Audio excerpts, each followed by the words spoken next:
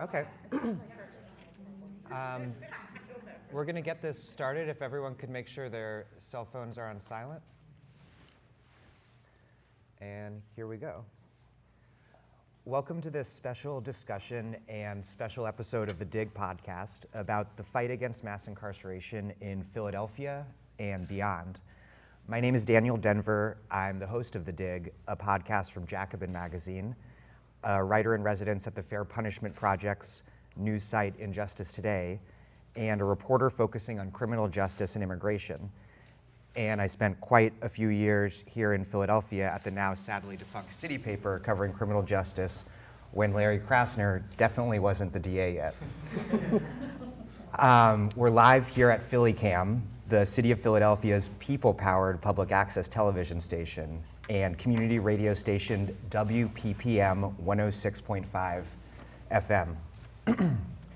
We have a remarkable panel today, and I'm going to introduce them now.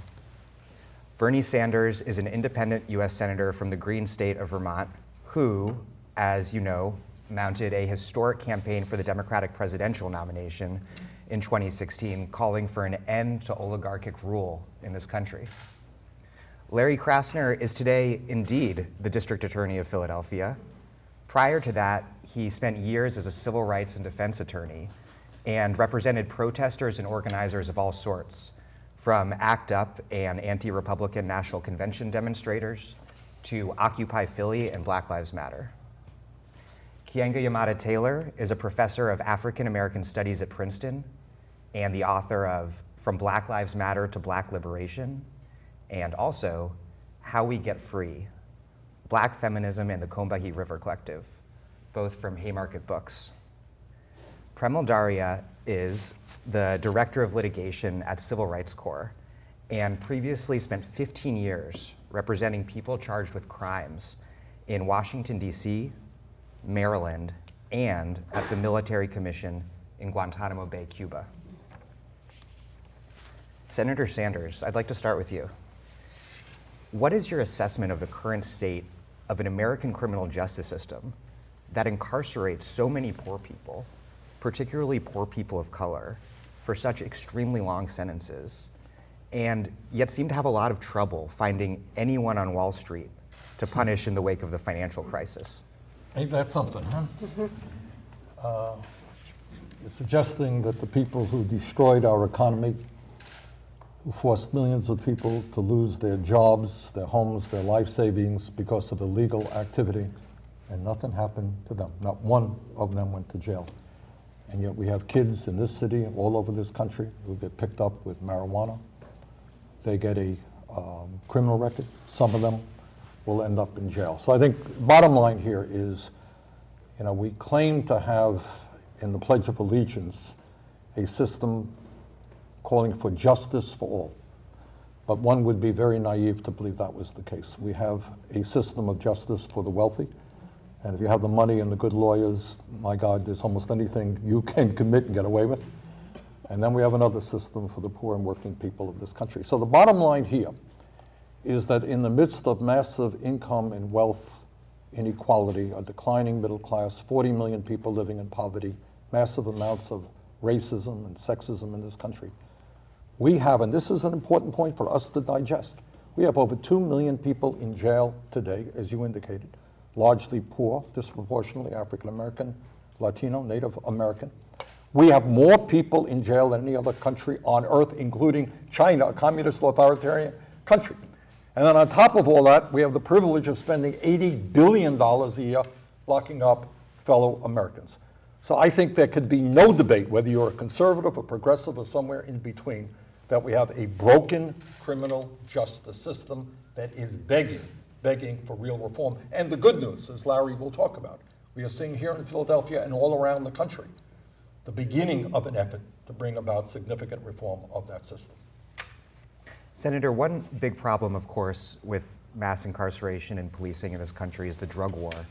And in recent years, we've had record numbers of people locked up in the name of keeping them safe. Yet, at the same time, the overdose rate has skyrocketed. The white face of the opioid crisis has certainly provoked more public sympathy than the crack era ever did, because crack was perceived to be a black issue. But still today, prosecutors are often seeking extremely punitive sentences against drug dealers, as though it will do something to save lives. Just right here outside of Philadelphia and Montgomery County, people are being charged, everyday ordinary drug users, with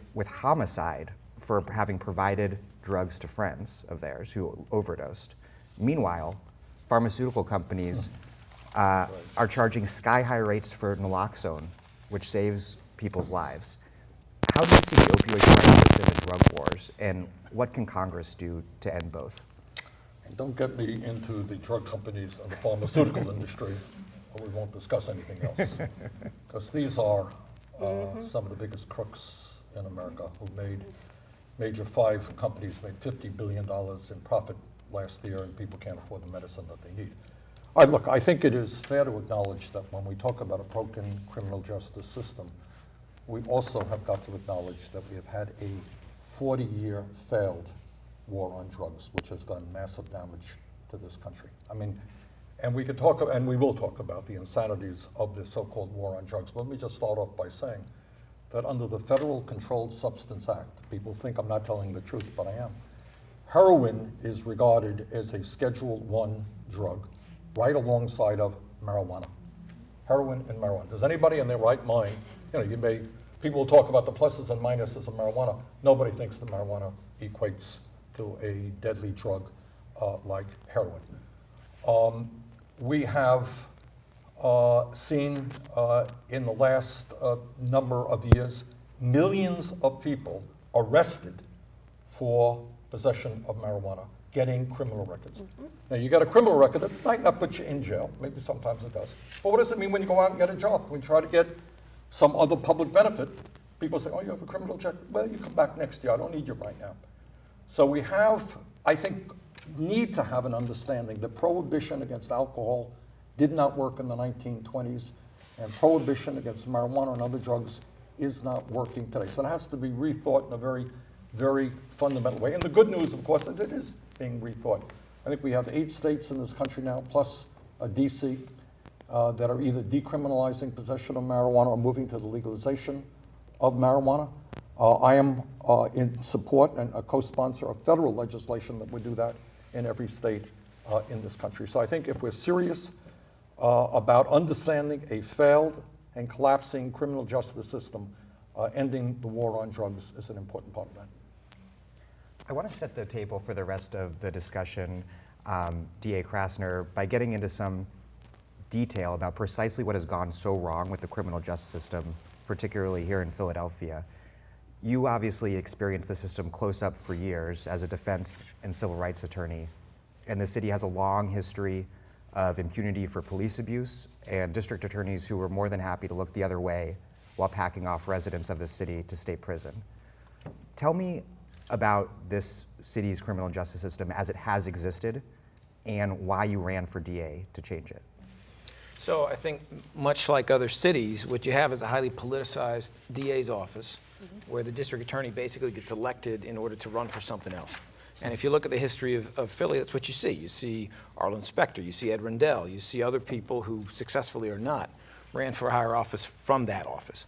The timing of that phenomenon, the time in U.S. history, when we started to see that, coincides in many ways with the timing of the increase in mass incarceration and mass supervision. So what really went on in those offices was that you had politicians who thought that there was political benefit in taking tax money and putting people who were made into these objects of fear, putting them into jail. It was almost like vote laundering. You take tax money, you turn it into your votes, and in the process you create all of these jails. And this, of course, diverts money away from things that actually stop crime, like good public education, like treating drug addiction for what it is, a medical condition, by putting money into treatment, like economic development, like economic opportunity, like jobs programs. So I think that is sort of the longer history, and it's a history that applies in Philadelphia. You end up with what we have. You have mass incarceration, you have mass supervision, which is frankly an incredibly important topic. You have a system that does not care for victims and witnesses the way it should, because they are frankly being used for political purposes rather than being healed in the ways that they need. And you have a system that in so many other ways has built up notions like the death penalty, which is never imposed anyway, but costs a fortune for political reasons. So it's a mess. And you know, after 30 years of being in court 4 and 5 days a week and being disgusted with it and watching people running who I thought were a little bit more political than they were oriented towards actual reform, I wisely or unwisely decided to run and ended up here. And here you are.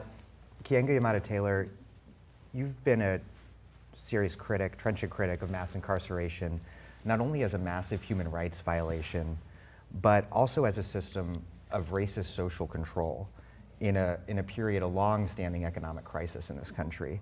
The government provides so little in the way of the good stuff that we'd like it to provide in terms of education, healthcare, retirement, but there never seems to be a lack of cash when it comes to policing prisons and war.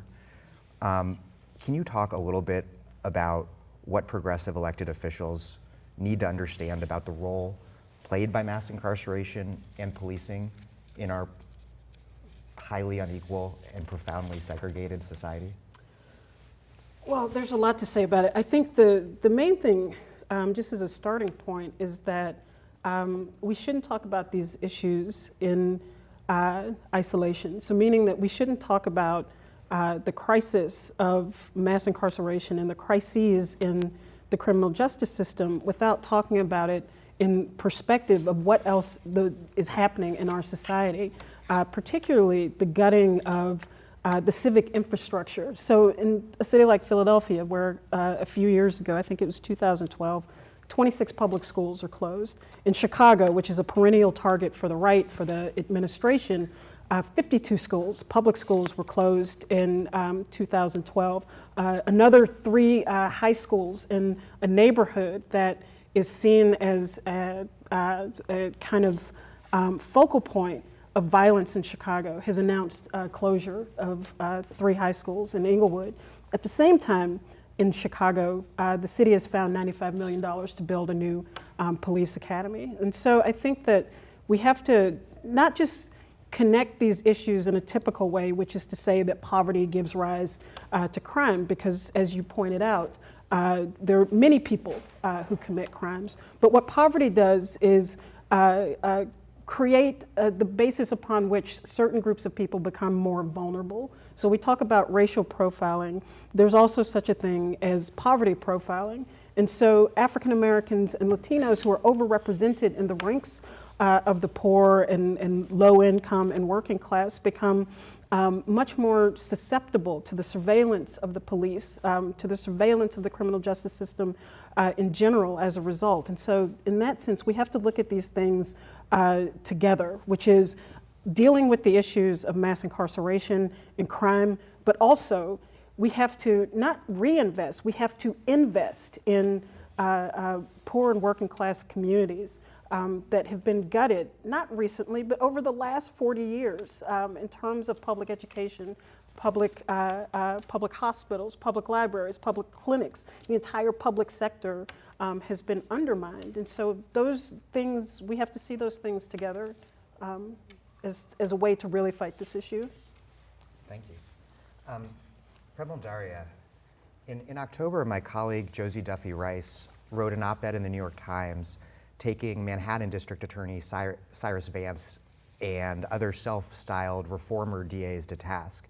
She wrote that, like many other prosecutors across the country who get credit for changing the game, that Vance is like many other prosecutors across the country who get credit for changing the game while continuing draconian practices, and that Mr. Vance simply isn't the reformer he paints himself as.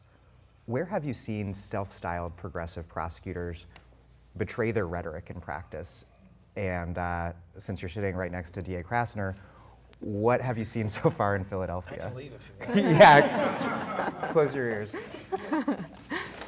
That's a great question. And to start, I think it's really great, of course, that there's increased awareness around the country about the structural, the deep structural problems in our criminal system. And so that can have really good implications. It can also have really negative ones in that there's an opening in the political space to self-style as reform in terms of prosecutorial efforts and otherwise. And I think that op-ed did a great job of highlighting what Mr. Vance and others in the op-ed, for example, Jackie Lacey in Los Angeles is mentioned, and Leon Canizero in New Orleans is mentioned, that a lot of what's happened is that they are publicly pronouncing sort of, we're going to change the system, we know it's unfair, and that is, tapping into a broader conversation about the unfairness of the system, but that in practice what we're seeing is that those offices led by those prosecutors are not actually on the ground doing anything different. For example, Mr. Vance's office continues to zealously prosecute misdemeanor offenses. And in fact, I think is leading the way in New York among the boroughs of people who are charged with and detained for misdemeanor offenses. People continue to be detained at staggering rates in New York. People continue to be held on cash bail in New York. The racial disparities in the system in New York are being perpetuated by the practice, and there's no self-awareness about how to change that in their office. And so those are the kinds of things I think that undermine claims to reform and that we're seeing around the country. As for what's happening here, I think a really important distinction and a really important note to make about reform prosecutors that are self-styled is that what is often missing is a tie to the community that is being served or impacted by the work that they're doing. And so, rather than being politically motivated, as Mr. Krasner was saying earlier, it's really important for elected officials, including prosecutors, to be serving the communities that they represent and to be working in partnership with those communities. And so what we saw here, leading up to the election of Mr. Krasner, was... You are going to call me Larry, right? It felt funny calling you DA Krasner. That's my dad. I can't say DA, I'm going to say Mr. You are the DA. So what we saw here was real work, in partnership with the community, real coalition building in the community. The Coalition for a Just DA developed and was instrumental to Mr. Krasner's election, to Larry's election, and that partnership, was something that was really important to the election itself and has been important throughout, and is what's going to be important as Mr. Krasner continues to expand upon and implement the reforms that he's publicly promised. That you were going to hold them accountable for, right? Right. So it's the accountability to the community and the service of community and the working in partnership with community that I see different here than elsewhere, and that I think will really make a difference. And that will lead to the kind of transformative change that we need instead of the Band-Aid solutions that a lot of other prosecutors are applying. DA Larry Krasner. Larry's sufficient. Larry, following up on that, what do you see to be the most important reforms that you've made so far since taking office? It's quite early yet, but things that come to mind are overhauling charging and sentencing, diverting low-level offenders like small-time drug dealers and sex workers out of the system entirely, and ensuring that the Conviction Integrity Unit is actually interested in freeing those serving time for crimes they did not commit, something that your predecessors were utterly uninterested in doing. That's a mouthful, but so is the criminal justice system. What? So I think, it is really early. We're only, 4 months in, something like that. A little over that.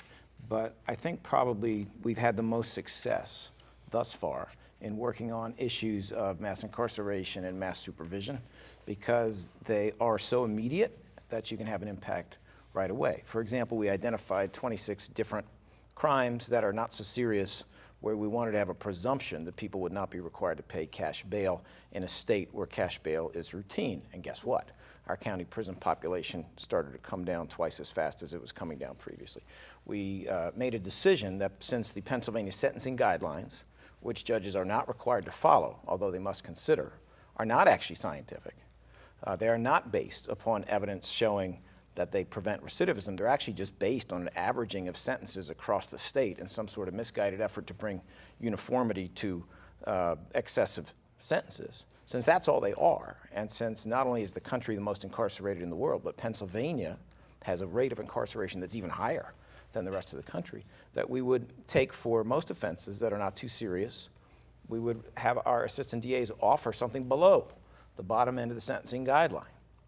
so that the sentences would be more in line with an effort to come back in line with the way sentencing used to be and the levels of incarceration previously. You know, there are many other things that we're after. We're trying to bring about reform in how we deal with people who have immigration issues, and so we started a unit like that. We're moving heavily and directly in the direction of dealing with excessive supervision, because it turns out, once again, Pennsylvania doesn't just have the most juvenile lifers and the second most lifers who are serving sentences that will require them to die in jail. But it also, it turns out, is the worst state in the United States when it comes to excessive parole, and it's the third worst state in the United States when it comes to a combination of excessive probation and parole. So this is, what we think is normal in Pennsylvania is not normal. Nationally, it's a mess. Pennsylvania is even worse. And Philadelphia, until recently, despite the fact that it's a heavily Democratic, very diverse city with a history of freedom, was the most incarcerated of the 10 largest cities in the United States, and not coincidentally the most broke. This stuff goes together, and not safe. That's kind of how it works. So we're trying to do whatever we can to get at those issues, and thanks to a few decades of going the wrong direction, that means we have to turn the vehicle a different direction. So it'll be a challenge going forward, but I think that we have a lot of support coming both from inside the office and also from outside. Senator, I want to talk about the federal level. Not long ago, there was this sense that there was all of this bipartisan momentum for criminal justice reform legislation in Congress, and now at the best, it seems like that momentum has slowed to a crawl. And at the same time, President Trump is calling for the execution of drug dealers, and Jeff Sessions is rolling back Obama-era reforms on mandatory minimums, private prisons, and civil asset forfeiture. What's your take on the current status of criminal justice policymaking in Washington? Well, I think if you look at what has to be done on criminal justice, and that includes some of the things Larry and others have been talking about, what we can say is with great consistency, the Trump administration and the Attorney General are moving us in exactly the wrong direction. They are building on failed policies and setting aside policies that make sense. Keeanga raised the important point that I think you can't look at criminal justice in a vacuum. You have to look at it in a broad sense about in terms of what else is happening in this country. We got 40 million people in this nation living in poverty. We have public school systems which are collapsing. We have millions of working class and lower income families that can't afford childcare. We know that some 75% of young people in juvenile detention systems have trouble reading. And it doesn't take a genius to figure out that if a kid grows up in a community where he is leaving school, either dropping out or graduating, unable to have the skills that you need to get a job, that kid will do something else. So to go back to the point I think that everybody here has made, we have got to invest in our young people, in our communities. If we invested a fraction of the money in making sure that our young people had the education and the jobs that they needed, rather than investing in jails and incarceration, we could go a very, very long way in lowering the number of people who are in jail today. And let's remember something. I think sometimes this point is not made often. We talk about 2 million people being in jail, but those 2 million people have children, they have wives, they have husbands, they have mothers, they have fathers. All right? When they are in jail, they are not working. Their careers are destroyed. Their ability to get jobs are destroyed. So we have, I think, a great challenge, and I congratulate again Larry for what he and some other brave people are doing in beginning to change the system. In my view, from an overview, of course, what the Trump administration and many of my Republican colleagues choose not to know for the reason that it's a good, cheap political point to say, I'm going to get tough on crime, we're going to lock up everybody. I guess that gets your votes. But there are some, to talk about bipartisanship, there are some conservatives who understand that we can spend $80 billion or a part of that in a lot smarter way than just building jails and locking people up. So there's a lot to be done short term when you have maybe 20% of the prison population or the jail population. You know why they're in jail? For the crime of being poor.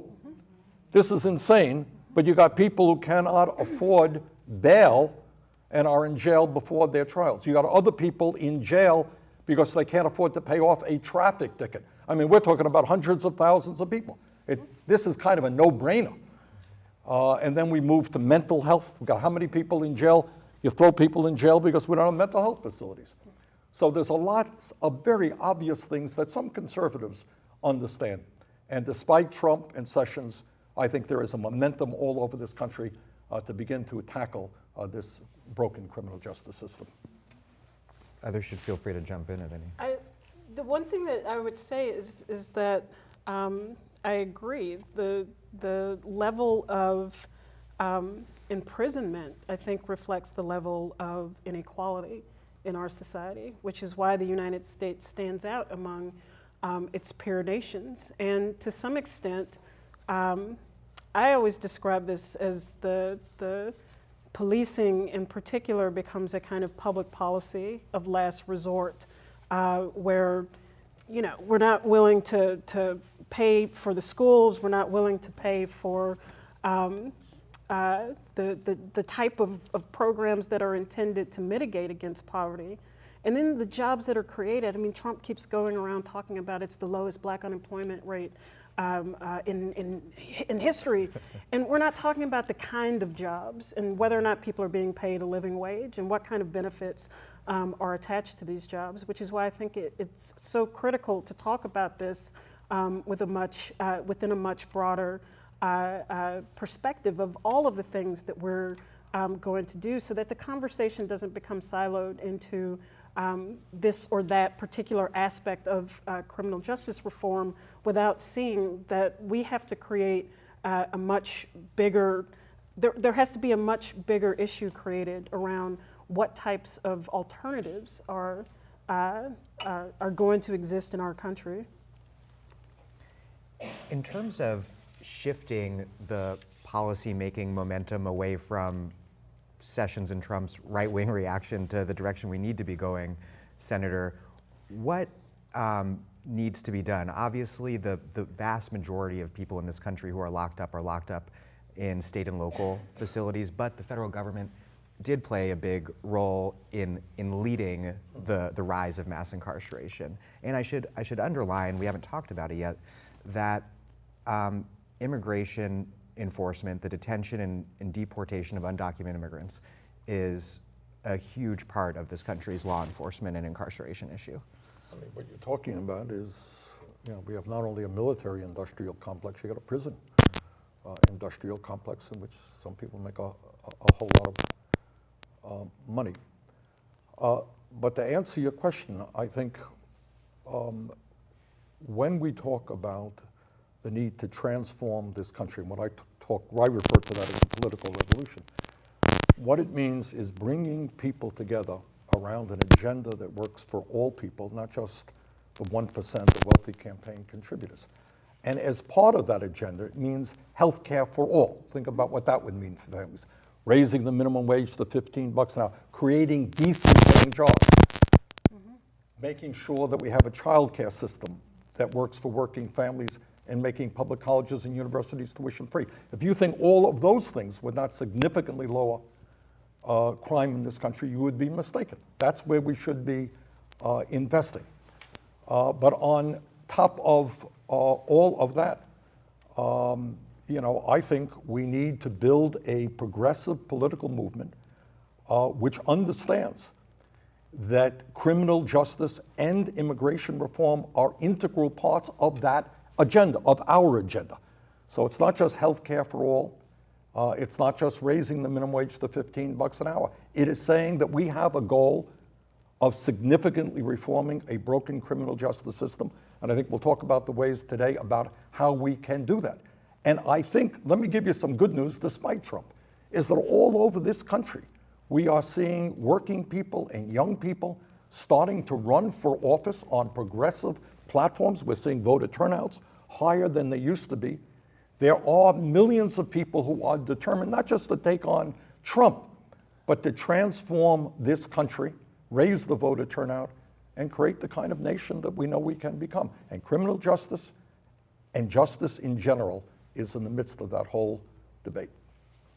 Premal Dharia, I'm wondering how you see what can be done by someone like Larry Krasner as a progressive DA, and what things need to be changed by city councils, state legislatures, or Congress? Sure. I have a lot of ideas. Yeah. Go for it. I won't share That's them why all we're today. I think you're absolutely right. I think we systematically, just as background, we systematically exclude people from the primary labor market, right? And we criminalize poverty. And so we do these things, and we set up a structure that is, it's not going to work. There's no way in which it can work. And I think I agree completely that our system is not working. I think it's interesting to consider whether it's genuinely broken or whether it was meant to function the way it functions. And when we think about that, and when we sort of call that out and name it, I think we will be well positioned to actually make the kind of change that we want to see, that's lasting and meaningful, right? That will help those people actually be able to live flourishing lives, the people that are excluded and criminalized for their race, for their poverty.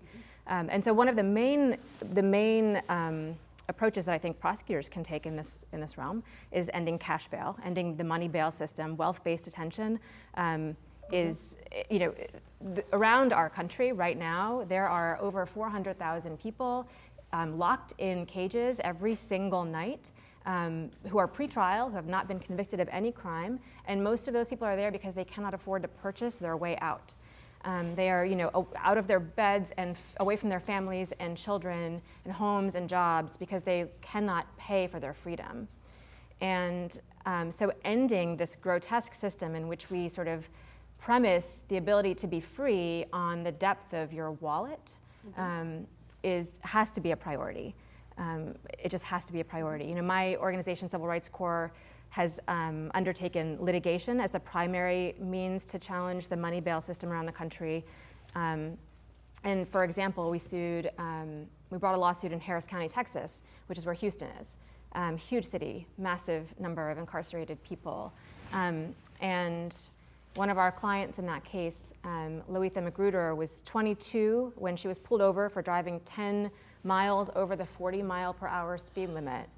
She ended up arrested, and she was pregnant. She had a 4-year-old and a 10-month-old at home, one of whom is disabled. And she spent 5 full days in a jail cell because she could not pay the $5,000 bail that was imposed in order to purchase her freedom and return to her family. These are the kinds of stories, and these are the kind of people that we have an obligation to work for and to work with. And so ending the cash bail system is something prosecutors absolutely have in their power to do. And I think in Philadelphia, there's been a start towards that, and I think there's certainly more that could be done. And I look forward to seeing that happen. But prosecutors around the country can take that on, because this is a reality in counties and states around our country. So that's the most urgent, I would say. Prosecutors can also take great steps to change how their line assistants in courtrooms around the country are seeking charges and how they are making plea offers. One of the things that we see regularly around the country, and I can draw on my 15 years of experience, with clients having these conversations and being in these situations. One of the things we see regularly is prosecutors overcharging, so that people are left in very difficult situations in which they are effectively coerced into pleading guilty. There's no need for that to be the way it is. We could have honest charging. That would dramatically change the landscape of criminal courtrooms around the country. And I know that Mr. Krasner's office has, Larry's office has made some steps in this regard as well. Well, yeah, what an idea, an actual right to a trial by jury. Larry, do you want to respond to any of that? I promise to do those things. It's absolutely right.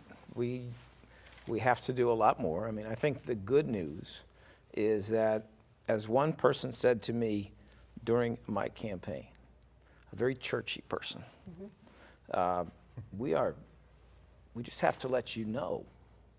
They said, Mr. Krasner, but we just have to let you know that when we think of prosecutors, we think of like a devil, because that's the person who took the neighbor boy and for something not that big, gave him a felony and had him in jail for 2 years. You know, those are the people who, when police would come on the block and beat us, they would always say it didn't happen. So it's a little strange for us to be in a room talking to you, all right? Dr. King used to say, if you want to fix a problem, get your mind right. And people have to start seeing working in a prosecutor's office or being a prosecutor as being an agent of change. We are trying very hard right now to recruit into our office some of the best legal minds and best young graduates from law schools we can find, and we're getting a lot of them. But they're also needed in many other cities where progressive prosecutors are coming in, who are like-minded and who want to go in the right direction. It's really important that as these progressive prosecutors get in place and as they make these decisions with the tremendous amount of discretion that they have, that you have people in place whose moral compass is intact, who have the skills, who have the work ethic, who are not just there for the reason so many prosecutors have been, which is politics. And if you do that, you can make a lot of headway no matter what the laws are. Making being a prosecutor attractive to progressives is even harder than making being a congressman attractive. But you know, if I could pick up please. briefly, I mean, that should be true for law enforcement as well. You know, being a police officer is a difficult job. We need great police officers who are part of the communities that they serve, who are respected, who are trusted. And I think that's kind of the transformation that we need. I do. Go ahead, please. I do see, I mean, I do think that the issue of individual police officers is an important one, because it's often held up as, you know, we can't judge the police. But I think it's more, there's a bigger issue than just individual police officers. It's how police are deployed. It's how police are consciously used and put into poor and working class neighborhoods, even though we know crimes happen all over the place. We can look at drug use by white people compared to drug use by black or brown people, but it's black or brown people who end up in prisons and jails. And so I think that one thing that Black Lives Matter has helped to do over the last several years is to show that what we're talking about is a system of policing that is often the very front line of this engagement with the criminal justice system that is part of the problem. And I think that we have to also figure out how to make sure that the discussion about racist and abusive policing is also part of this discussion about criminal justice reform, because you have a president now who makes jokes about the police beating up people, and it feels like, and it might just be the proliferation of videos and that sort of thing, but that the police have taken the president up on this. I mean, every day we are inundated with video images of just abusive, dehumanizing attacks on black and brown people, whether it's Starbucks here, where, I mean, you can talk about a manager calling the police on someone, but at some point, 6 police officers have to look at themselves when they are confronting 2 young black men who are doing nothing but sitting in a restaurant, and ask, what are we doing here? You know, at some point there has to be that sort of self-reflection, and if there is no self-reflection, then there needs to be some institutional reflection. And so I think that we have to include a very big, serious, and hard discussion about how police are functioning in black and brown communities in this country. Larry, can you talk a little bit about the DA's role historically in this city with dealing with police abuses and how you are looking to change things? So Philadelphia is a city, I don't know if it's like many others, but it's a city that has been under the long shadow of Frank Rizzo, who was a police officer, who became the police commissioner, who became the mayor, and an incredibly brutal and racist one at that. And so Philadelphia, perhaps more than most cities, became a place where the amount of power in the hands of white-dominated police organizations was very great. And it's frankly only starting to wane, I would say, in the last 10 years or so. What it meant, and frankly meant during several district attorneys' administrations is that the police could do no wrong. Because let us remember, these were district attorneys who wanted to run for office, usually statewide. They wanted to be senators, they wanted to be governors, and Pennsylvania being the type of state it is, much like California, where you have a couple of Democratic liberal strongholds, and then you have a lot of people in the middle who are often referred to as, quote, Alabama, unquote, who have Trump lawn signs. Being that type of place, it was very important to pander to the police union in Philadelphia, so it would tell the police unions all across the state that the Philadelphian wasn't so bad because he was good with the police union. You know, that witch's brew, frankly, led to a situation where routinely police officers were able to cover misconduct when there was misconduct, either corruption or brutality, with invented stories. It was often before everybody had a cell phone and before, you know, the truth had become so obvious and so viral and so available. And that went on for a very, very, very long time. When police officers did things that were pretty clearly crimes, Lynn Abraham was going to look the other way. That's just the truth. So we are coming to a better place, I believe, in Philadelphia and elsewhere. There are generational shifts that are meaningful. And I think if you look at the people who voted for Bernie Sanders, I mean, he is the hero of the young folks, isn't he? Well, those young folks have certain opinions about a lot of things, including equality and race issues, and they have opinions about whether they'd like all of the money in the country in jails or they'd like it in public schools for their kids. So we are generationally, I think, moving to a better place where prosecutors are expected to be even-handed and to hold police accountable when they do wrong in the same way they hold others accountable when they do wrong, none of which is to say that it's accurate to claim that all police are bad. I mean, A, an awful lot of police are police of color. B, an awful lot of them have grown up in that environment. If you look at polls that are done of things like illegal stop and frisk, the African-American officers have a very different opinion on that topic than a lot of the white officers. Even in Philly, amazingly enough, the African-American Police Officers Association endorsed the most progressive candidate for DA, who happens to have been me, in this race, despite the fact that the police union is white-dominated and had endorsed Donald Trump in a city where Donald Trump only got 15% of the vote. So you have none of us are monolithic. None of us are like everybody else in our group. And the reality is that there's a lot of great police officers who want to go in the right direction. They need to knock some of the bad ones out of the way so they can do it.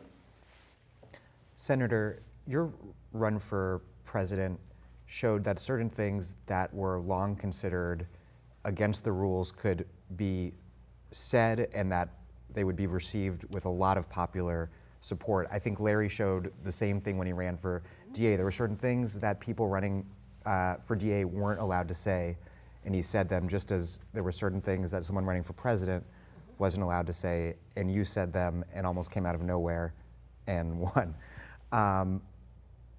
In terms of criminal justice, in the political debate on the national level, what do you think can be said now that was unsayable before? Are you kidding? I mean, the world is changing, right in front of us. I mean, 10 years ago, you talked about legalizing marijuana. Oh my God, you had a few folks out there in Colorado or someplace talking about it. You now have studies, by the way, which show that over half of American adults have smoked marijuana. Okay, you have.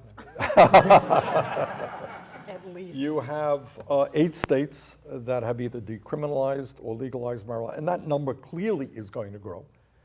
You know that you're making progress when somebody like Mitch McConnell talks about growing hemp.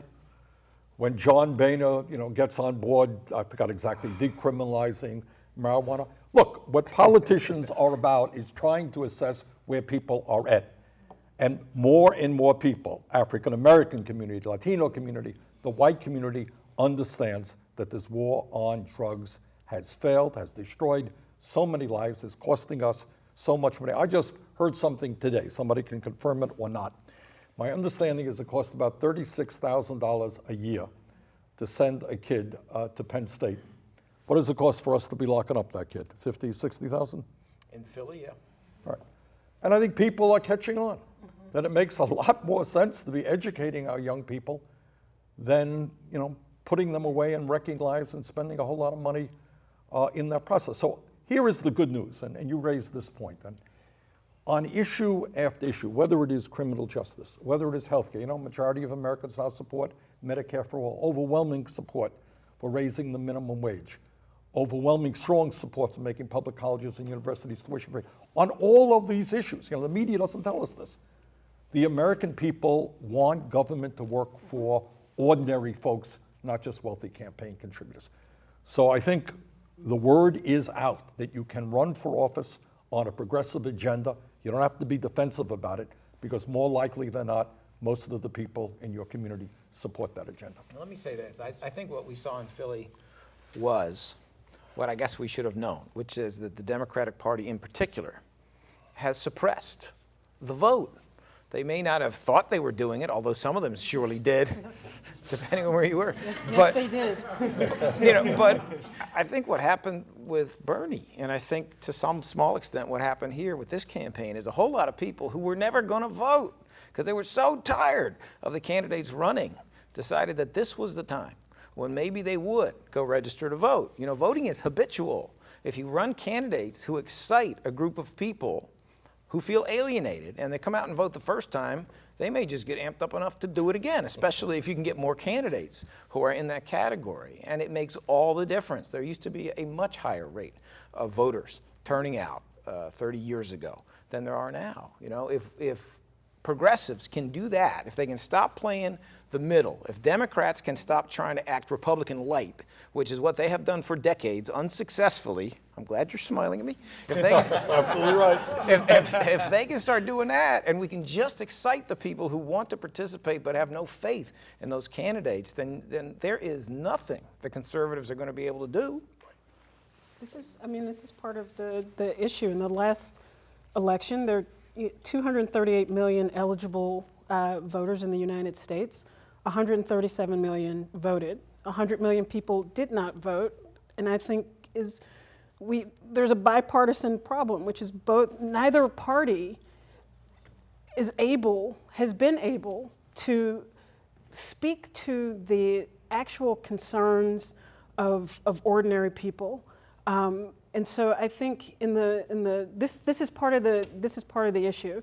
The Democratic Party leadership still feels very constrained by this, you know, I think by the political status quo and a reluctance, if you can call it a reluctance, to really engage with this idea of that you're talking about, that people want health care, that people want free college, and instead it almost feels like the party is willing to go after you, that they're willing to stay with the status quo and turn their attention towards you, because for them, for the establishment, you represent a political path that they have spent 40 years trying to get away from.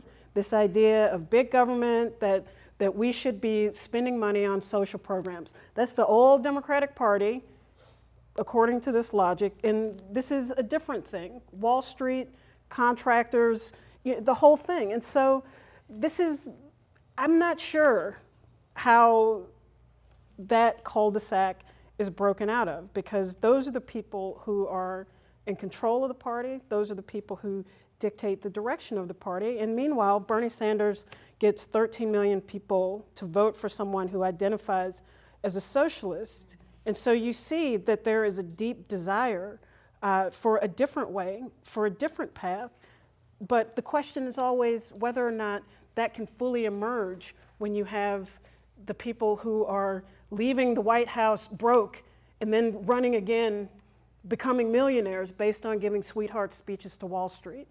And those are the people who are still at the helm of this party. And so that's part of it's not a side issue, it's a part of the issue, because it's what happens with those 100 million people who do want things to be different but have no political home in the bipartisan system that exists here. Well, I would just agree with what Keeanga said and add to that the role of money Yes, over both absolutely. political parties. I mean, we have the obscenity You know, I am an old-fashioned guy, and I come from a small state. We actually have town meetings where everybody has a vote. And now you're looking at a situation where billionaires and super PACs are pouring, you know, one family, the Koch brothers, spending $400 billion supporting right-wing, you know, extremists all over this country. So, you know, Keeanga is right, but I am not unoptimistic, maybe because I've had the privilege, if you like, of going all over this country and seeing so many great people, you know, who really do want to change America in a very fundamental way. We have, I mean, don't get me going on this, but we have just increased military spending by $165 billion over a 2-year period. Spent $80 billion locking people up. We've given $1 trillion in tax breaks to the top 1%. And please don't tell me that we can't reform a criminal justice system and provide decent education and jobs to the young people in this country. Larry and Premal, I want to ask you about what the potential limits and roadblocks to reform are going to potentially be. Obviously, the rise of mass incarceration was not all about crime and violence. It was about a lot of things, including, of course, racism and the reaction to the civil rights movement. But as James Forman's excellent new book, Pulitzer Prize-winning new book, Locking Up Our Own, shows, there were real fears, not only amongst affluent people, but poor black people, that did play a role in the rise of mass incarceration, especially given that the state was not stepping in to provide services and jobs that people demanded. And today, we see law and order reactionaries pointing to upticks in the murder rate in certain cities to defend the status quo.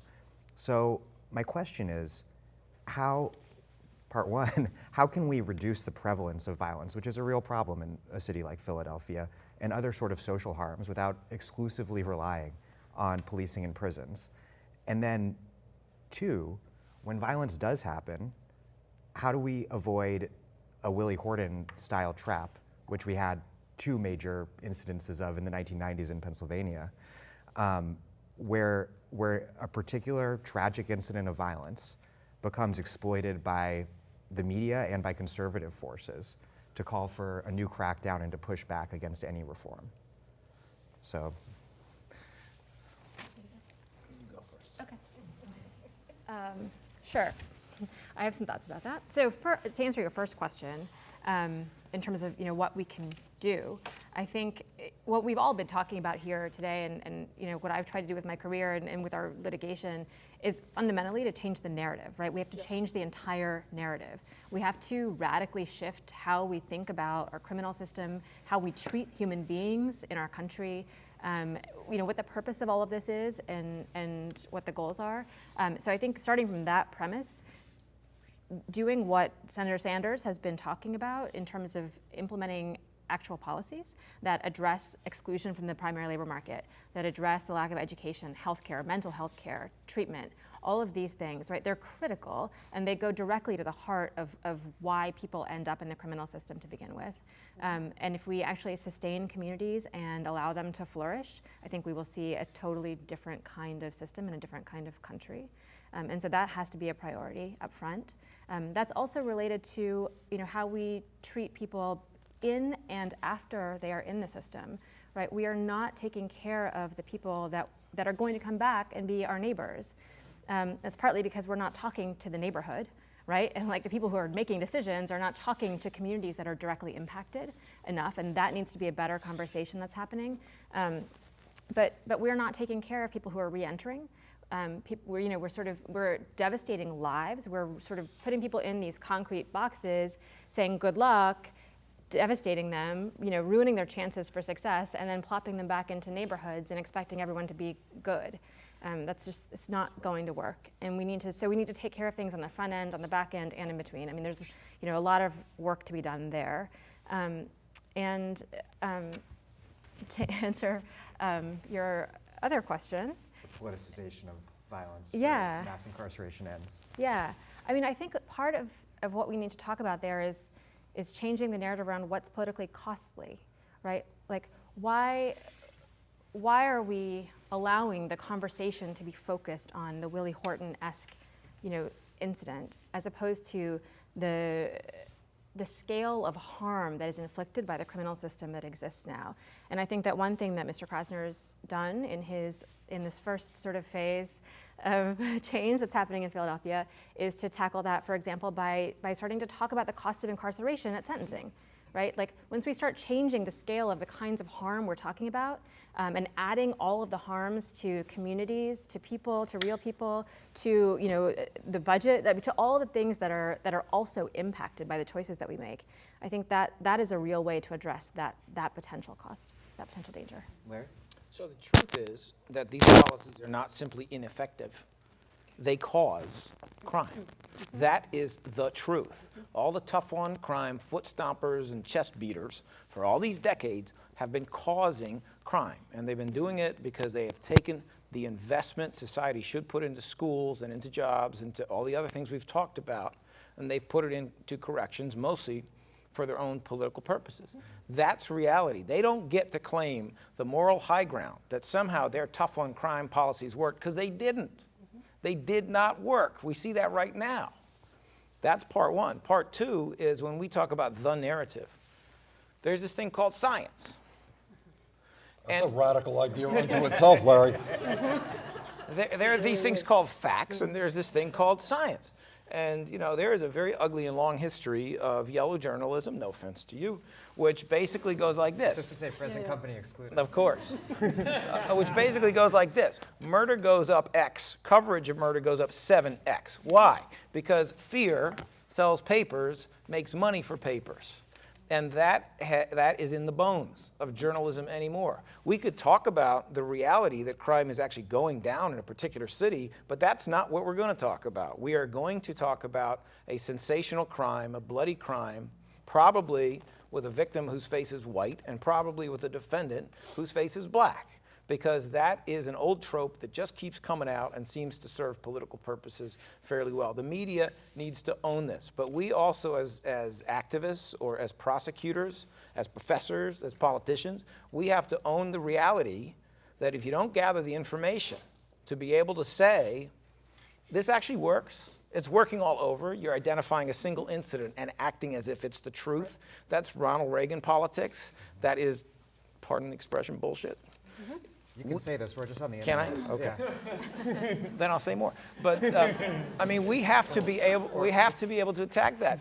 Imagine a world where the press coverage is cancer patient dies.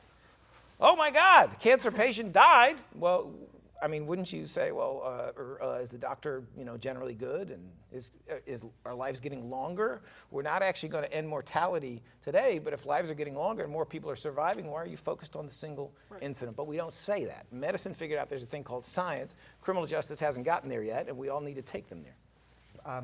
A follow-up to that, though, is I think that rethinking the draconian punishments currently meted out to violent offenders remains a third rail in reform, and I'm guessing will be a real limit to what even the most potentially radical DA in the country can accomplish. Maybe you disagree. How do you think that we can start rethinking how to violent offenses? All right, well, point one, what does violent mean? We all understand there are heinous crimes that require appropriately lengthy sentences and sometimes incapacitation. We get that. But violent is an expression that has been used in the law to refer to a couple of kids punching each other in a schoolyard with no injury, to two friends getting into a fight in a bar where one person ends up with 2 stitches and they all hug and make up afterwards. It has been used to refer to the possession of a firearm that is never fired, or going through the window of a house when no one is home with no weapon. We can't think of violence as being a monolithic point. These cases need to be looked at individually, and there's a very vast distinction between many of the cases we call violent and the type of punishments they should receive, which often should be probation or even diversion, as opposed to cases that involve real violence, the kind of violence that tears apart society. Well, I think your question, if I could, also speaks to whether we're in the business of punishment or whether we are in the business of preventing crime and rehabilitation. I remember years ago, my wife and I were in, I think it was Sweden, and we went to their maximum security prison. This is the truth. We walked in and we said to the warden, we'd like to talk to some of the prisoners. He said, well, let me talk to the prisoners' union first to see if it's a good idea. Prisoners' union thought it was a good idea. So we walked in, and we walk into a kitchen, and they got these huge knives on the wall. This is maximum security. In other words, their goal is to figure out how, in the most cost-effective way, you can get people back into life to work and pay taxes rather than just punish them forever. And that's a philosophical issue, as you indicated, that we have to deal with. Can I just say, as part of that, I think even with the quote-unquote difficult cases, that we have to stop throwing people away, and we have to stop investing money in the destruction of individuals and start investing in helping to rehabilitate, recreate people. And that means not, I mean, it's a bigger question, but I think for activists and people who are really looking for a transformation of these institutions, these systems, that we have to start not with the question of what is possible, which is often a question that elected officials may start with, but we have to start with the issue of what is just, and what will produce an outcome that improves the quality of life in general in this society. And those are the questions that are not being asked, and those are the alternatives that were not posed. So when people look at the 70s and say, oh, well, black people wanted to get tough on crime too, the issue was, if you have removed all other options and alternatives for people, you've begun to, by the mid-1970s, you've begun to roll back the social programs, the Great Society programs of the 1960s. You have offered people nothing. And so you've left people in neighborhoods where crime rates are beginning to increase. And all you've left people with is police or more police. Those are your alternatives. When those are the two alternatives, then perhaps people choose the police. But part of what the demand is that we have to create more alternatives for people to be able not just to choose from, but in terms of also how we are dealing with people who do commit crimes. Because no one's saying that, oh, crime doesn't exist and crime is not an issue. But as a society, we have failed to take that seriously. And locking people up, is not a serious response to that when we know that people come back and people, there's an effort to reintegrate people back into communities, and we have essentially provided no tools to do so. We've got to finish up in a minute, and I want to ask one last question for Larry and Senator Sanders, which is about social movements. Both of your campaigns benefited enormously from grassroots organizing. Senator, your campaign ignited this grassroots eruption that it seemed like that the actual campaign had to rush to catch up with initially because it was so massive. And the reverberations of your campaign continue to be felt with the explosive growth of groups like Democratic Socialists of America. And Larry, your campaign had a massive mobilization as well, in many ways building off of the infrastructure laid by the Sanders campaign with groups like the Philadelphia Coalition for a Just District Attorney, which was mentioned earlier, and Reclaim Philadelphia, knocking on doors across the city. So my question for both of you is how you see the role of social movements in getting progressive left candidates elected to office, and then what you see their role to be once you're governing. Well, I see the role of grassroots social movements as absolutely essential. When I talk about the political revolution, it's not just the progressive agenda that we've talked about. It is the revitalization of American democracy. Keeanga made that point. We have one of the lowest voter turnouts of any major country on earth. And if we can increase that voter turnout conservatively by 10 points, we are going to win elections all over this country, because the truth is very few Americans, including people who voted for Donald Trump, believe that you give tax breaks to billionaires and then try to throw 30 million people off of health insurance. Very few people believe that. And that is the essence of what the Republican Party is about. How do they win? They win by maybe intentionally demoralizing people, by this plethora of ugly negative ads so that people say, oh, everybody is terrible, I'm not going to vote. So in fact, what I try to do is wear two hats. We're fighting for a progressive agenda, and we are making real success. We have transformed in a significant way, dealing with the issues Larry raised about where the Democratic Party is. It is changing at the grassroots level. But that's not enough. Second of all, we need to rally people. We need the coalitions of working people, black, white, Latino, Native Americans, Asian Americans, young people. We need to open the door and say, you know what? You are a citizen of this country, and if you're worried not only about your own lives, but your kids and your grandchildren, you're gonna have to get involved. You're gonna have to stand with us. You're gonna have to have the guts to take on a billionaire class whose greed in many ways is destroying this country. And when we do that, man, I am incredibly optimistic of the things that we can accomplish as a people. So, I mean, I think the truth is that activists do politics better than politicians. I think there's just no question about that. I mean, look at how miserably the Democratic Party's mainstream has done in maintaining their control over seats all over this country. One of the things that we saw here, I thought was, and it wasn't my idea, but I thought it was a very clear diagram of how you do it. It goes like this. You get a message that resonates. You get someone who is considered by activists to be a legitimate messenger, and then you will have the people power. And the people power is what it's all about. Democratic Party, Republican Party can talk all they want, but if they are not turning out all these new votes, they're going to lose, and they're going to be replaced. And so the questions are, when you're trying to figure out what to do locally to elect a progressive prosecutor or U.S. senator or whatever it may be, the question is, does the message resonate? The activists will tell you that, because they're all about the message. And then, is the messenger legitimate? The activists will tell you that too, because they have been on the ground and they've been trying to push important issues that are coming and that will be here soon. And if you hit those two, you will have the third. You won't have to go looking for it. You will have an enormous army on the ground, canvassing, doing mass texting, using all kinds of modern electronic techniques, doing things that you would not think even possible, and doing it often without funding, without serious money. And while governing, because I know they stay in touch once you're elected, a lot of them are in this room. How does one work with them? Yeah. I think the answer is well.